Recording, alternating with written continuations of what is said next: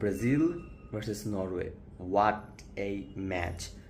লাস্টের দিকে 79 মিনিটসের দিকে হাল্যান্ড গোল দিয়ে দিচ্ছে, দেন এগেন আউট অফ নোওয়ের 89 মিনিটসের মধ্যে আরেকটা গোল।